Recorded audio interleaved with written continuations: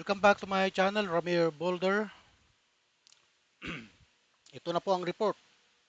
Ang Baho de Masinloc ay bahagi ng West Philippine Sea na nasa ilalim ng soberanya at jurisdiksyon ng Pilipinas.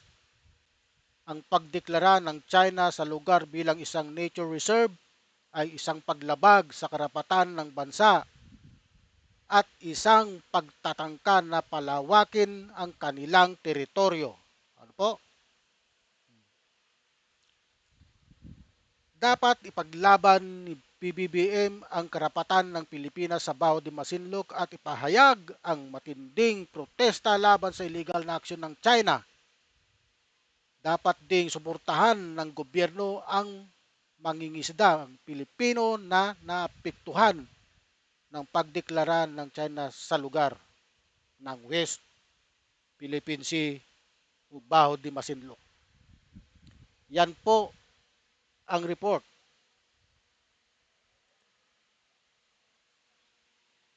Ngunit ito po ay tinuligsa ni Pangulong Bongbong Marcos sa kanilang attend po ng ASEAN Summit, ano? Ito po ang report. Kanyang magkasunod na talumpati sa ASEAN-US Summit at East Asia Summit, mariing tinuligsa ni Pangulong Bongbong Marcos ang tangkang pagdeklara ng China sa Baho de Masinloc bilang kanilang nature reserve. Mula sa Kuala Lumpur, Malaysia, nakatutok live si Mariz Umali.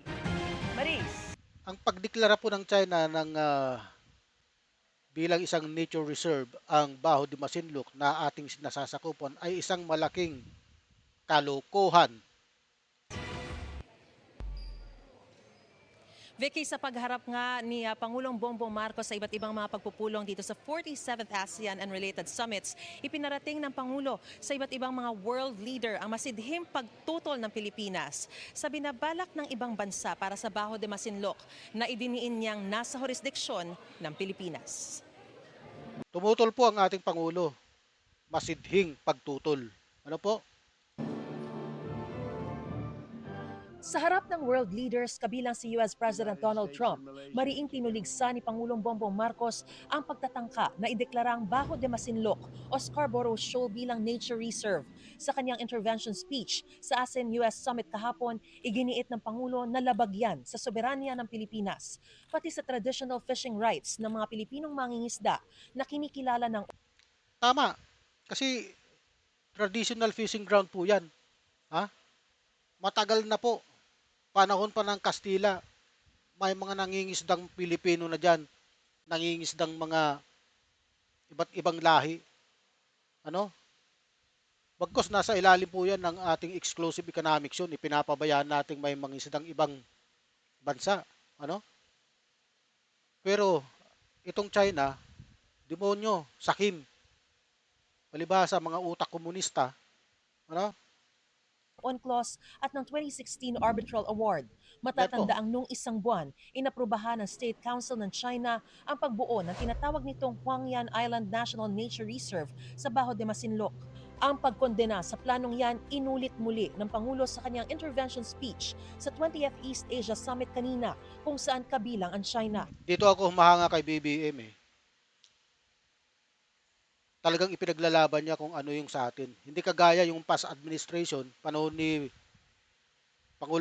dating Pangulong Duterte, wala siyang sinasabi tungkol diyan. Pinapabayaan niya lang, ano? Kaya hindi ko alam kung ito'y si Duterte kung maka-Pilipino o maka iwan. Talagang pinapakita lang ng past administration na wala siyang pakialam sa mga teritoryong ating ipinaglalaban. Kaya po ganyan ang ipinakita niya. Ano? Nakakadismaya po. Muli niyang idiniin ang matinding pagprotesta ng Pilipinas sa pinaplanong National Nature Reserve ng kapitbahay nito sa Hilaga. Sinabi niyang ang Baho de Masinloc ay matagal ng mahalagang bahagi ng Pilipinas at ang Pilipinas ang may soberanya at jurisdiksyon dito. Tama, ang Baho de Masinloc, napakalapit po sa atin yan. Napakalapit. Kung ikukumpara mo sa distansya mula China hanggang dyan sa Baho de Masinloc. Pero, ewan ko kung anong klaseng utak mayroon ang mga komunistang ito, bakit ganyan ang pinagagagawa. Kaya nakakapag-init. Kahit na ako'y naiinis kapag nakikita ko, nababalitaan kong ganito. Ang ginagawa ng China sa ating mga teritoryo, no?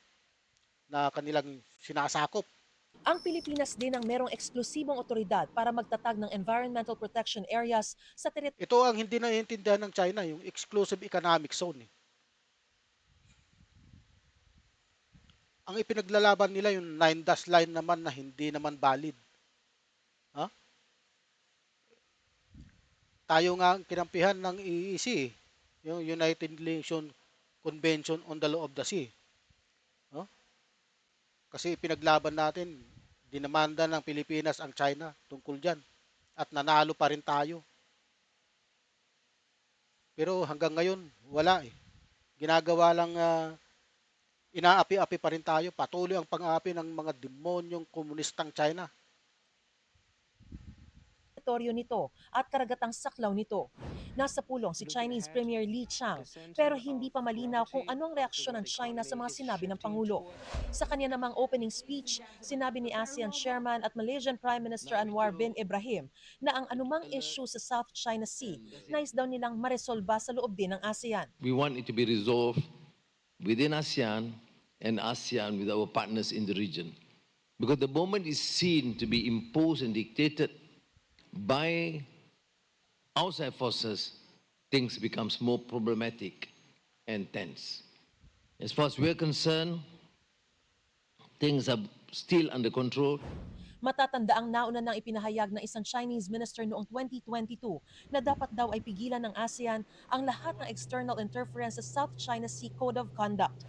Sa kabila naman ng mga tila patinding insidente ng panghahara sa West Philippine Sea, sinabi ng Pangulo na mananatiling matatag, kalmado at determinado ang Pilipinas sa pagpapatupad ng Declaration on the Conduct of Parties in the South China Sea at sa pagtatapos ng isang makabuluhan at epektibong Code of Conduct na naaayon sa international na batas. Sa photo opportunity ng mga ASEAN leaders sa ASEAN-Japan Summit, kapansin-pansing wala ang Pangulo. Wala po ang Pangulo sa photo ops, pero umatin po siya sa summit. Nagkataon lang po nung sila ay nagkaroon ng photo ops, ang Pangulo ay nasa extended bilateral meeting pa with UN. Ganun naman pala eh. Tapos ang dami-daming, bakit wala si Pangulo dyan sa photo ops na yan? Inasa meeting nga eh. Itong mga kritiko ng administrasyon. Malinaw na po sa inyo na kaya wala po si PBBM dyan sa photo ops na yan. Inasa meeting po siya ng United Nations. Ang tangkang pagdeklara ng China. Patinding insidente ng panghahara sa West Philippine Sea. Sinabi ng Pangulo na mananatiling matatag, kalmado at determinado na batas. Sa photo opportunity ng mga ASEAN leaders sa ASEAN-Japan Summit, kapansin-pansing wala ang Pangulo. Wala po ang Pangulo sa photo ops, pero umatin po siya sa summit. Nagkataon lang po nung sila ay nagkaroon ng photo ops, ang Pangulo ay nasa extended bilateral meeting pa with UN.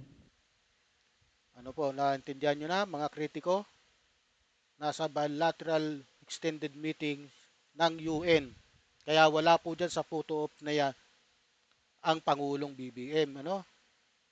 Kasi ang dami pong aliasngas. Bakit wala siya doon? Bakit hindi siya sinama? Mga ganun-ganun mga salita na wala namang katuturan. Vicky, alas 6 ngayong gabi ang bilateral meeting ni Pangulong Bongbong Marcos sa Vietnam na sinundan naman ng kanyang pagdalo sa 15th ASEAN United Nations Summit.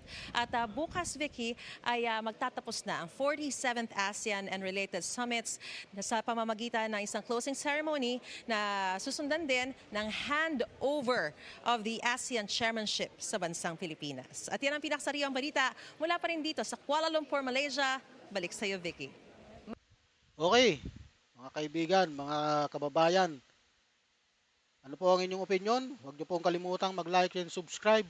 Thanks for watching. Don't miss our next video. Marami pong salamat. Mabuhay po kayo.